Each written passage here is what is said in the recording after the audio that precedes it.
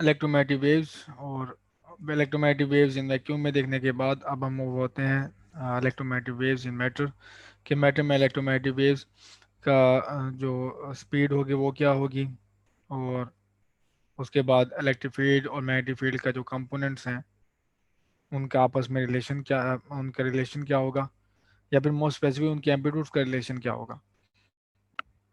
और फिर उसके बाद हम मूव होंगे कि अगर वो इलेक्ट्रोमैग्नेटिक वेव्स मैटर में नॉर्मल इंसिडेंट करती है या ऑब्लिक इंसिडेंट करती है, तो उसके बाद उसके ट्रांसमिशन और रिफ्लेक्शन कोफिशिएंट क्या होंगे।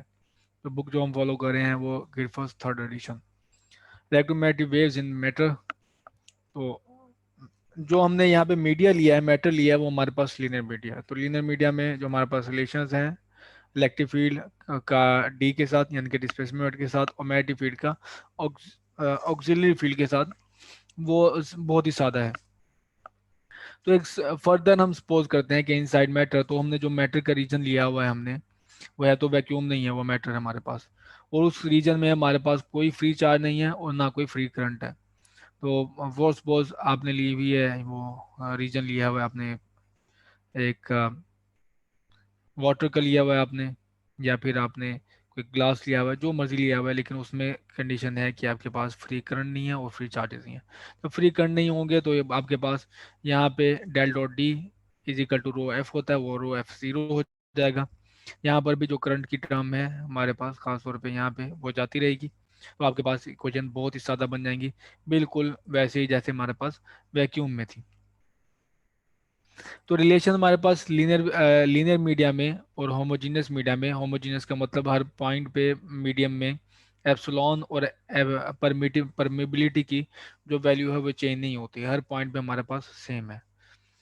तो उस होमोजीनियस मीडियम में आपके पास जो डिस्प्लेसमेंट वेक्टर और इलेक्ट्रिक फील्ड का रिलेशन होती है वो होता है D is equal to epsilon E, और ऑक्सिलरी फील्ड का और मैग्नेटिक फील्ड के साथ जो रिलेशन होता है H is equal to B over mu होता है।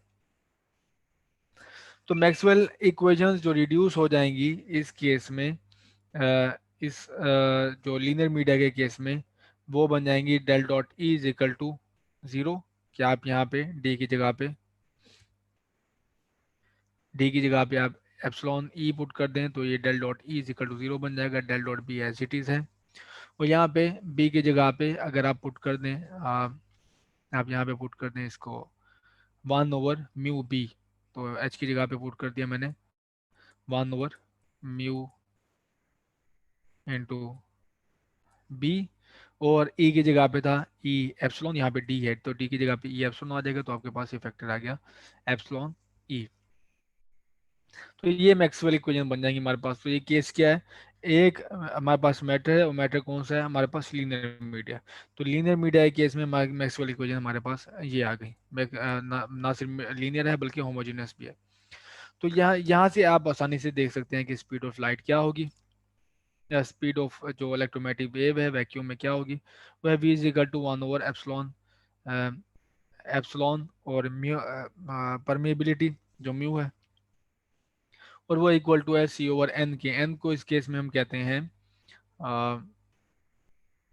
एन हमारे पास रिफ्रैक्टिव इंडेक्स हो गया, और यहाँ पे वाज़िह तौर पे एन की वैल्यू जो होगी हमारे पास ग्रेटर दैन 1 होती है, ठीक है।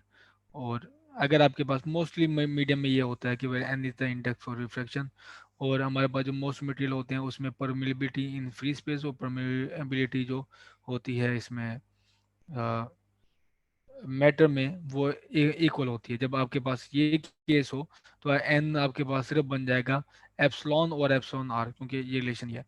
तो म्यू और म्यू नॉट अगर एक है तो ये रिलेशन बन जाएगा epsilon epsilon over epsilon not, ये और ये कैंसिल हो जाए तो एप्सिलॉन और एप्सिलॉन नॉट हमारे पास है वो है डाइलेक्ट्रिक कांस्टेंट, एप्सिलॉन आर हमारे पास होता है डाइलेक्ट्रिक कांस्टेंट, या फिर इसे कहते हैं रिलेटिव परमिटिविटी। वो हमेशा ग्रेटर देन 1 होगा, तो एन भी आपके पास मैटर के केस में ग्रेटर देन 1 होता है, और इक्वल टू 1 आपके पास वैक्यूम के केस में होगा। जो सारी डिस्कशन है, जो सारे रिजल्ट्स हैं जो प्रीवियसली हमने डिस्कस किए हैं वो यहाँ पे होल्ड करेंगे, क्योंकि आपके पास बहुत ही सिमिलरिटी आपको नज़र आ रही है वैक्यूम ओ के केस में मैट्रिक केस में, जबकि हमारे पास मीडिया लीनर है।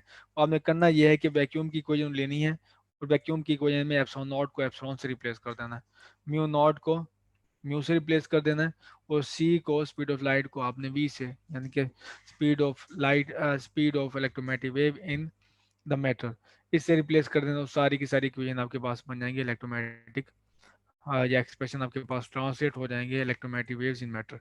तो आपने किस तरह से एनर्जी डेंसिटी आप देख चुके हो, तो यहाँ पे फ्री स्पेस के लिए वैक्यूम के लिए था एप्सिलॉन नॉट, यहाँ पे म्यू नॉट था, तो उसको हमने रिप्लेस कर दिया एप्सिलॉन और म्यू से।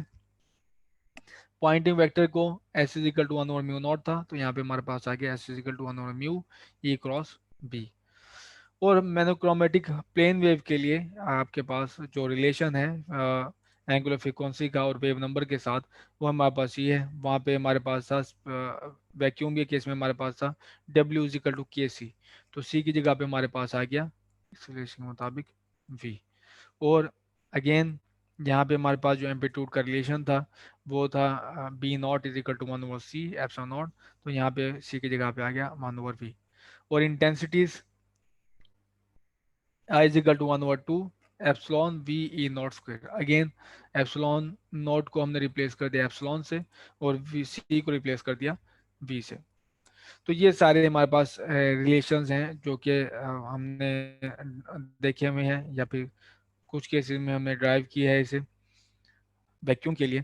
तो मैटर के लिए भी सिर्फ आप रिप्लेसमेंट, ये जो सज बताई गई है epsilon not with epsilon, mu naught with mu, और सी विद बी, ये रिप्लेस करें तो आपके पास वही इक्वेशन आ जाएंगे।